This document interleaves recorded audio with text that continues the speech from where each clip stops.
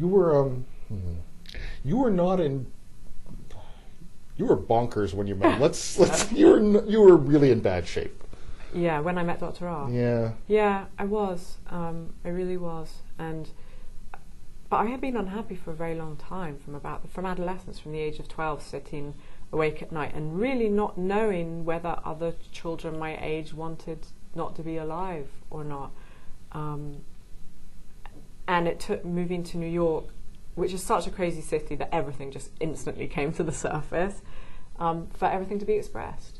Because I had been, for many years cutting, which I know is now, glibly people will say it's the new anorexia, because it does seem to be at high schools, almost catching. Like girls are doing it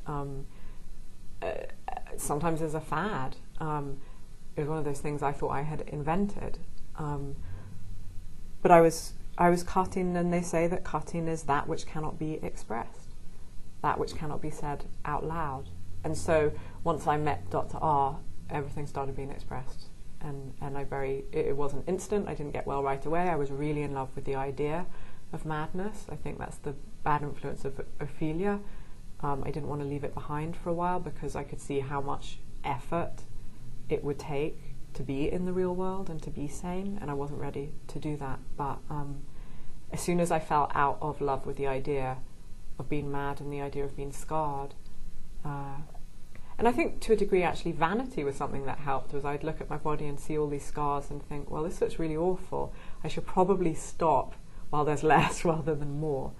But also just growing up, I think, just getting older. I was so young, and I've been working since I was 15 years old. I've been earning my own wage since then. I think I had a midlife crisis early, probably, hopefully. I think such a good guy as, the cliche is girls marry their fathers, right, that you would find a better quality of men. I have now. I tell you, a very difficult thing is that the week I handed in this book, which was just over a year ago, I met my boyfriend, who I'm with now, who's actually with me here in Toronto, and he's just awesome and kind and clever and funny and gentle and all those amazing things. But I had to say to him 3 months in, when it became serious, I have this book coming out and you're going to have to read it. And it was such an awful moment, and he did have to read it, and he'll never read it again. And that's a hell of a test of a fairly new relationship, is everything I've put out there to the world in this book. Because, one guy just gets initials, and then there's the bad boyfriend, ugh, who was... What an ass. but it hasn't... It's... But it was all just extensions of self-harm. If I was bulimic, I was cutting myself, I was on a horrible downward spiral, and the men I picked were just self-harm, but I had them to do it instead of me. He was... Yeah. I could yeah. I could see the attraction, because you fall for like a movie star. Very. What's the line everybody uses? He's a very good actor. Yeah. I've always had a thing about brilliant men, and that's what I've always gravitated towards, and that's how I ended up with the movie star. Was someone who just turned out, the world doesn't know, but is highly literary and profoundly intellectual, and that's who I ended up with, and it's on my permanent record. So I don't know, I do feel like in the age of Facebook, actually everyone has a version of this. Yeah, I had to see posters of this person after we broke up on the subway, but nobody can really get away from their exes in this day and age.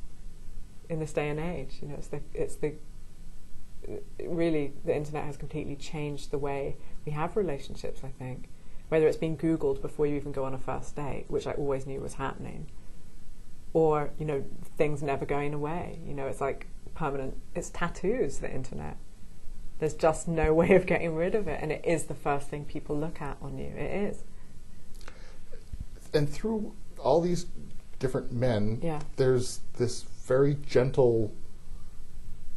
Well, I was going to say he's gentle, but then there are times when he would kick you in the butt, too. My doctor? Yeah. Yeah. There were, but he I mean, the main thing that everything I did with him worked was that he believed I was going to be okay. It was as simple as that. My family, as you said, they're wonderful. They loved me. They're an amazing, supportive family, but they couldn't, in their heart of hearts, say, in the worst of it, that I was going to be all right. They worry. That's natural. Could, right, but he was the one who could say, I absolutely 100% guarantee you're going to be fine. And I rode the coattails of his faith until I really was okay. And then after his death, you reach out and find other patients who had the same experience. Everyone says he saved my life. And it's this tapestry. It's almost like a Robert Altman movie with, you know, the 9/11 firefighter who had survivor's guilt. He saved my life. The anorexic. He saved my life. The heroin addict. It's just all these disparate stories of pain and loss and hopelessness, and this man turning them around. It's incredible. Well done. Thank Very you. enjoyable, and it is beautifully written. Thank you. Even the most horrible sections are gorgeous. And hopefully funny as well. Yes. Oh yeah. Good. Thank you. You're welcome. The book is Your Voice in My Head. I've been speaking with the author, Emma Forrest. Your Voice in My Head is a memoir, and it's published by Random House of Canada.